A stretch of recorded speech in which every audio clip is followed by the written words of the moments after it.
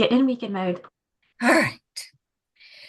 So, um, as promised, I have started having some conversations with some women in leadership within the digital space and am going to share them all with you. So, today I have my friend Nikki Retherford here to chat with me. There are people that you connect with on LinkedIn and other places, and you immediately feel drawn to them. And that's the case with Nikki for me.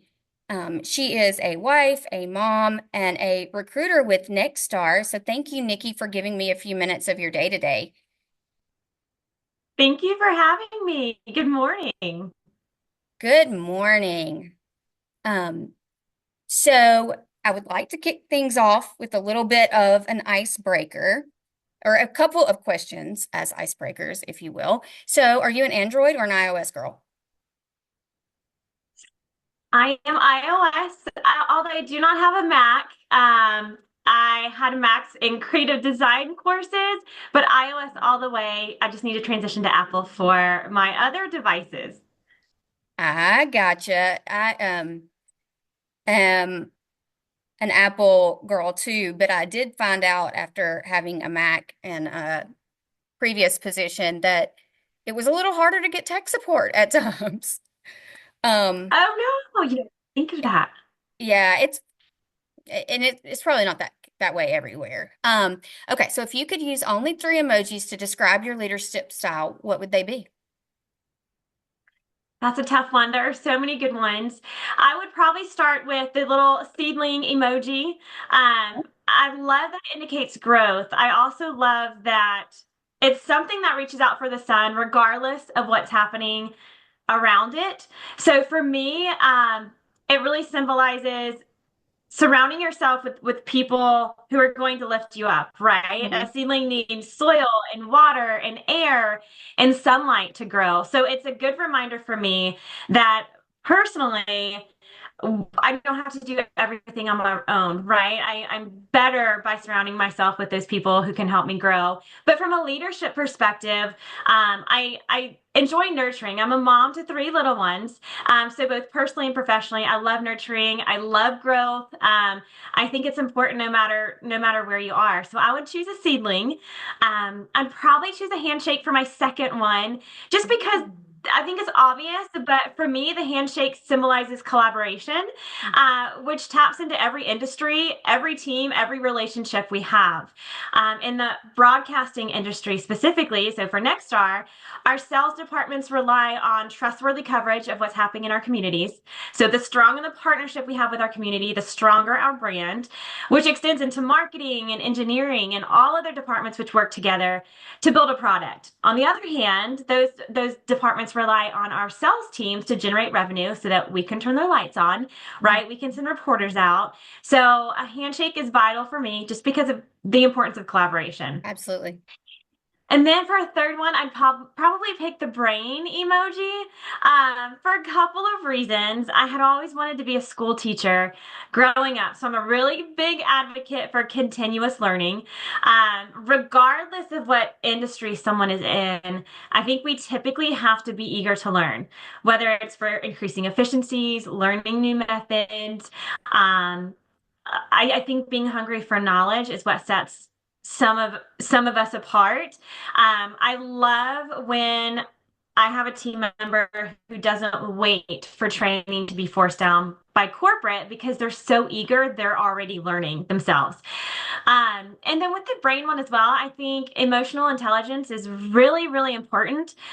It's something that I try to work on myself. So being self-aware, I always had an interest in psychology as well. So in undergrad, I Too. took psychology courses because I love learning about why people do the things they do. Why do they think this way? Why do they behave this way?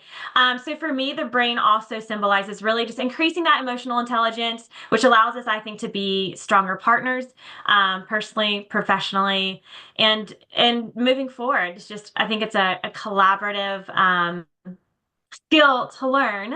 So I'm a big fan of the brain. Now, if I got to choose a fourth one on Fridays, I would also pick the red wine emoji, just for There a you little bit of relax. go.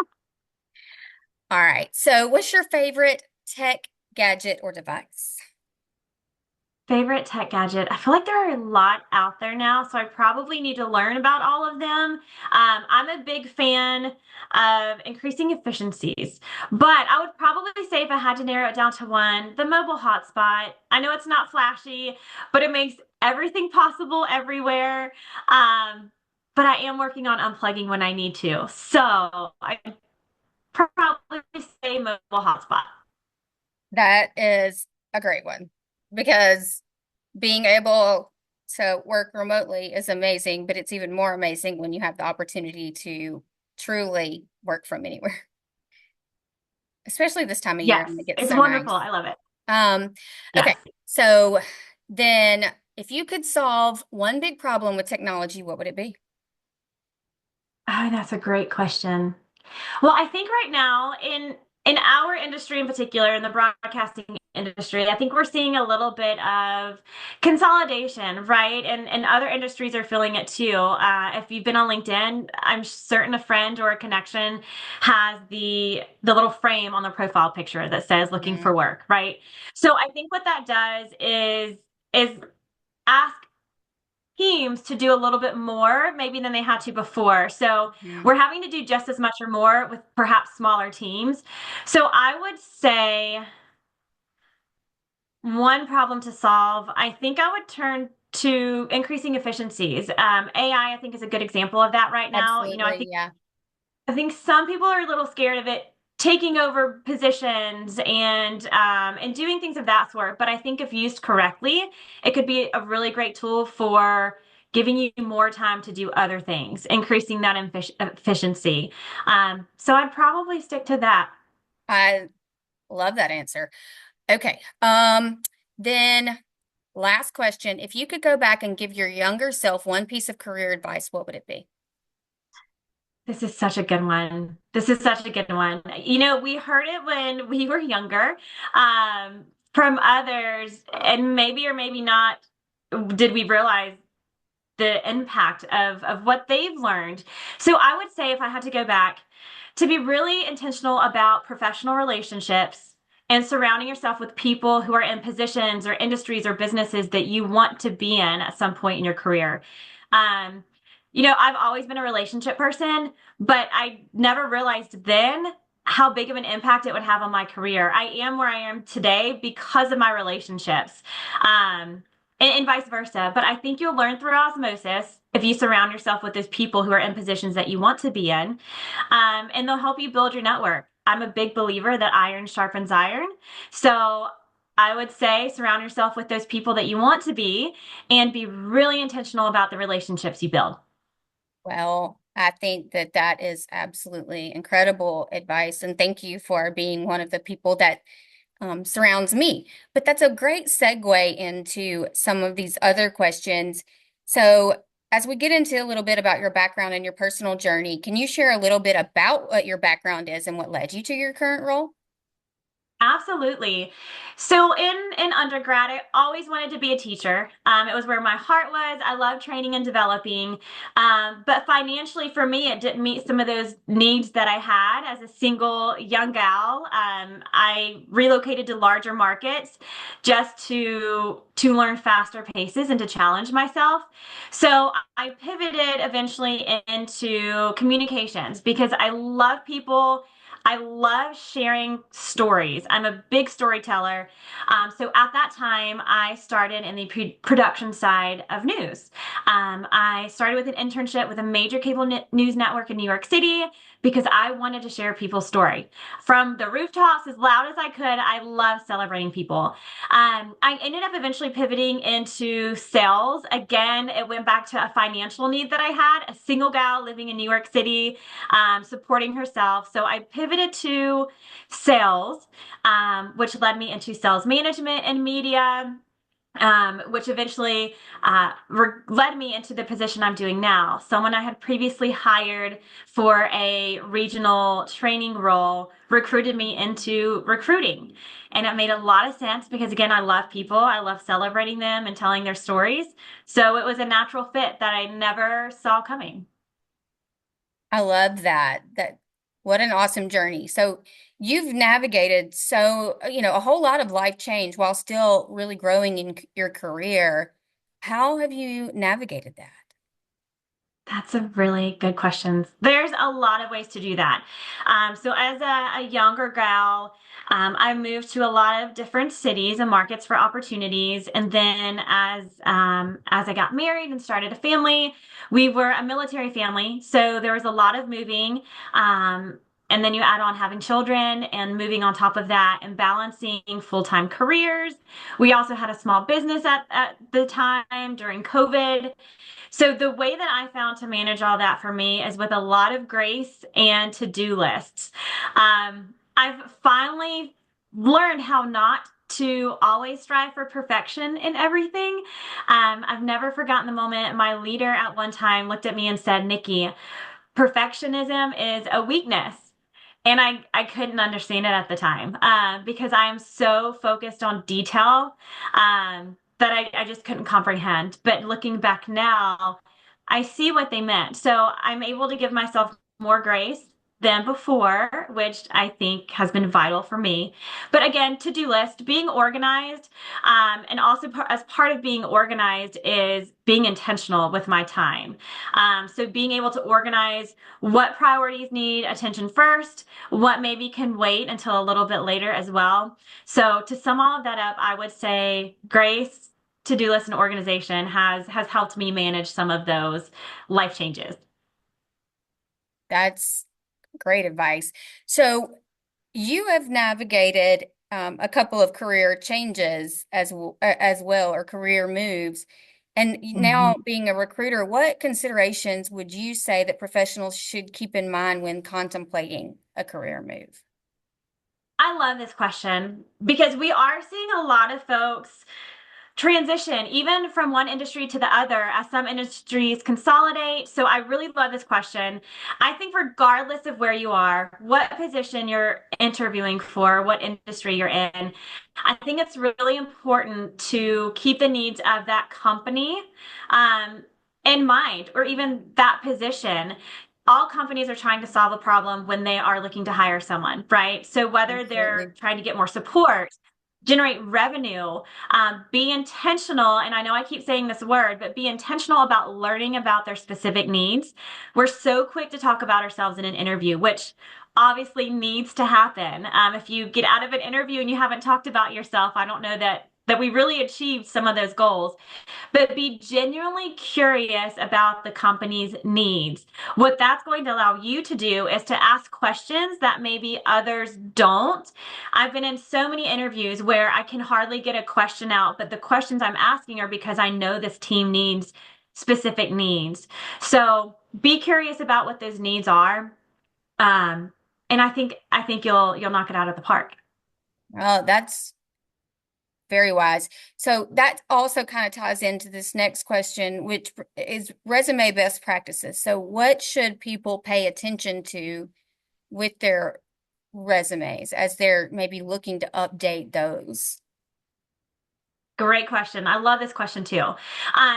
So you've heard it a million times, but be very intentional for that word again about how much information you put on your resume. We need good, effective information. As recruiters, in companies that are very large or might have a lot of roles to fill, we may not have time to go through 10 pages of text. So I think we need to focus on the most important highlights and use quantifiable information. So instead of just saying, I was successful accomplishing X, Y, and Z, let's maybe look at, I was able to achieve 103% of our Mm. goal, or 210%, or I supported X number, depending on what the role is. I supported X number of employees, or I organized 30 events last year, but find the quantifiable information that other people will not have on their resume. That'll allow us to see kind of the scope in which you've worked. It'll allow us to see the success as well. So I'm a big numbers gal. Obviously, I focus on sales recruiting specifically, but I think having quantifiable information, especially regarding your success, is relevant to all positions in all industries. I agree. That's huge. So as you are exploring another, step in your career and as a job seeker, when you're evaluating potential roles, what would you say that you should look for? So, for example, like Glassdoor reviews, company culture, any particular like red flags. Do you have any advice there? Things to be mindful Yeah, of? yeah, absolutely. I think reviewing reviews is a good way to look at the perspective culture. Now, I do think we need to keep in mind that a lot of times folks may leave reviews when they're disgruntled. They don't always go and Absolutely. write the happiest review. So I do think that's important to keep in mind. So I would dig much deeper than that, but I would certainly review those. I would connect yourself with whether it's a recruiter or a member of that company or team. Connect yourself, build a relationship with them, and get an inside look into what it actually looks like behind the door. So I think talking to people who work for the company is really important. When I'm interviewing people, I personally love for them to interview me as well because I truly want it to be a good fit. I want them to be happy, which I think leads to better success in a lot of instances. And then also selfishly from a recruiter's perspective, we try to reduce churn, right? We invest Absolutely. a lot in people. So we'd like to keep them and grow them and develop them. So churn for us is not good. It's not good for a sales team. It's not good for a lot of companies. So we want to be interviewed too. We want you to be just as happy as we are. So connect yourself with actual people, connecting on LinkedIn, reaching out and having conversations and ask those questions. What is the company culture like? Ask about flexibility, ask about the things that are important to you, because that may look different than the next candidate. Wonderful. Thank you so much for sharing that. Um, what about things to look for in job postings? Is there anything that you can think of there that you might want to like pay attention to? Sure. I personally like to read job postings to get a sense of the team. Of course, I want to know what they need, but I love when job postings add color about their company, for us about a station because they're all so different. We have 202 stations and they can be drastically different from coast to coast. For So sure. I love when job postings provide a preview into that. But also, more specifically, I would pay attention to the qualifications. We do get a lot of applications, and the qualifications just they're not quite there sometimes. So I think finding jobs that are relevant to your experience is going to be important. Now, if we're looking for a career change, which is happening all the time, I would find ways to make your experience relevant. So maybe your qualifications don't hit every single bullet point, which is absolutely fine. But I would look for ways to make your experience relevant to those Hmm. qualifications, right? They're important to the company for one reason or another. So if you don't hit everything just perfectly, let's think of a way to pivot your experience into being a strength for those qualifications. So maybe I don't have this exact qualification, but you know what my experience is going to lend itself to the needs for this particular bullet point, and this is how it's going to do that. Oh, wow. Thank you so much for that. Um, so say now we're through, we've applied, and we have an interview. Do you have best tips for interview prep? Absolutely. Research. Again, I'm a big numbers gal, but I would research. I know this is an obvious one, but go to the websites, go to the LinkedIn pages. I would follow those LinkedIn pages of interest instead of just visiting it occasionally. Follow it, sign up for job alerts, but also go to the people tab. Of course, let's say we've already researched the website and the social media pages, right? The given Mhm. obvious things to research. I would go to the people tabs on LinkedIn specifically, and I would review some of the positions they have and who are in those positions.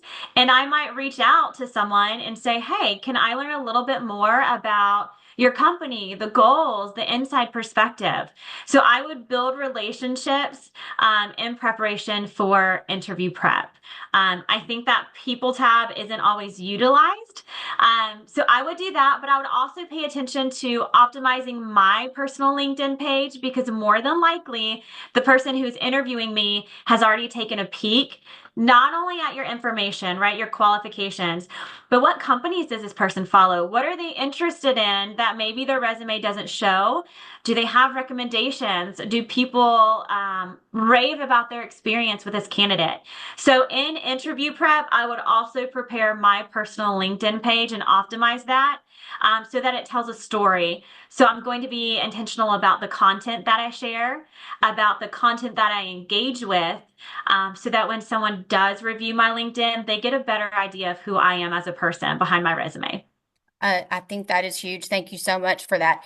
I feel like it's easy to fall into the trap, just like a lot of businesses. We are like our own business or brand, and it's easy to do that Pareto's principle, right? And spend 80% of your time in your business, not on your business. So, for example, in this situation, applying for the jobs and doing all of this kind of stuff, but not taking the time to make sure once someone does start to research you that they're having a good experience, so to speak. Right, absolutely. And that's something that I coach our stations on as well. You know, we have a Nexstar, a company LinkedIn page, but we also have occasionally station LinkedIn pages. And when we are recruiting folks, we are the first face that they may see of the company. So it's important for us as well on our side to do the same. So in part of that interview prep, again, just research those pages and make sure it's a company that you could see yourself really thriving in, but also pivoting with because change is inevitable. The Absolutely. degree to which Mhm. that change comes could differ, but let's make sure we're landing somewhere where we're open to some of those hard conversations and changes when needed. That's great. So say now we've got an offer. Do you have any tips for negotiation? Sure. So negotiation is always, it can be a touchy subject. People, I It think, are can. scared of it, I think right? especially as women. Like, Yes, yes, absolutely. You know, I think having confidence, I would do research, see what some reasonable comp ranges are. Let's make sure we're not completely being unrealistic with what we're asking. So I would do some research to back up what we're asking for, but I would be confident. And let's say we get an offer and it's a little lower than what we would like.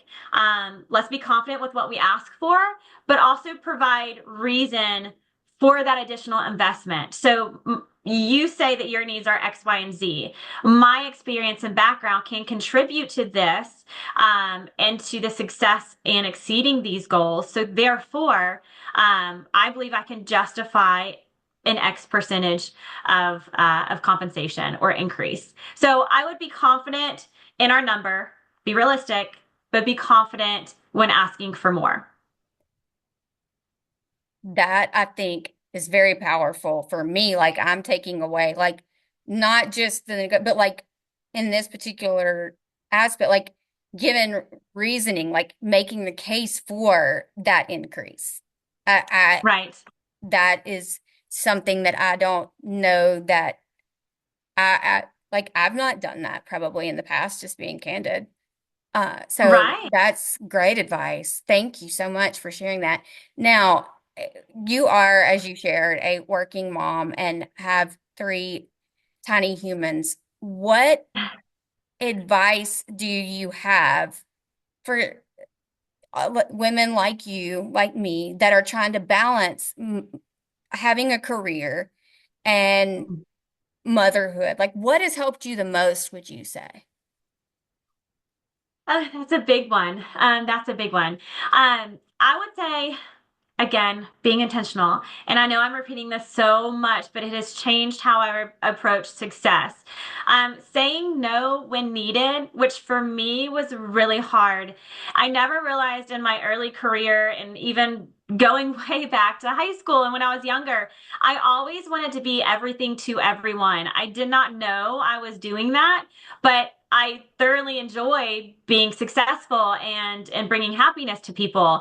So for me, saying no or learning how to say no and how to do it gracefully, right? There's a right way to say no and maybe a not so right way. So we don't have to be ugly about it. We don't have to make someone feel belittled because we can't do what they're asking us at that moment. But I think being confident and saying kind of yes, but when, or yes, but let's do this in a few moments or in a couple weeks. So having the ability to confidently say, I need to focus on something else with my time, but let's circle back. I think for me, that's helped me balance everything is being intentional and protecting my time, but learning how to still empower someone to either try to do something themselves Mhm. or empower them to work on something until I can pivot my attention to that. That's quite wise.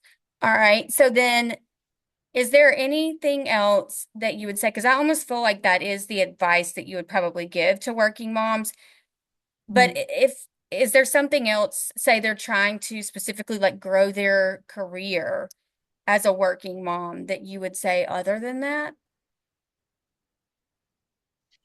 I think it depends on their goals. If we're trying to grow our career, I think if we focus on strengthening ourselves and our skills, whether that's getting certifications, whether that's surrounding ourselves with people. If we're trying to grow our career, we typically have something in mind, right? Whether it's a certain Mhm. title, or whether it's gaining additional responsibilities. So I would say raising our hand for things maybe before we're 100% ready. And this goes back to I think I was a little bit of a perfectionist before and didn't realize it. So I may not have wanted to do something until it was perfect or until I was exactly ready for that moment. So raising our hand for things that we want to work towards. So if I am in a position and I want a leadership position, I don't have the title, but that's what I'm trying to get to. I might raise my hand for opportunities to excel in those responsibilities that's needed for the title. So may I join this one-on-one meeting? May I join this sales meeting? Or may I go out on a ride with this account executive to meet with the client? So maybe raise our hand for things that we want to achieve in our next title instead of waiting for the title to be given to us, if that makes sense. Oh, absolutely makes sense. I think that that is something that probably a lot of us don't do because it's can be a little bit of an uncomfortable ask.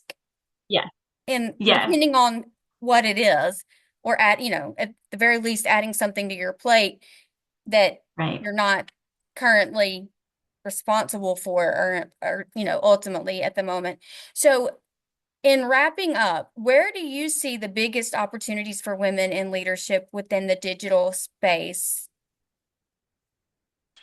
Honestly, I see them everywhere. I think we have access to so many things that can level the playing field. There's certifications, there's courses we can take.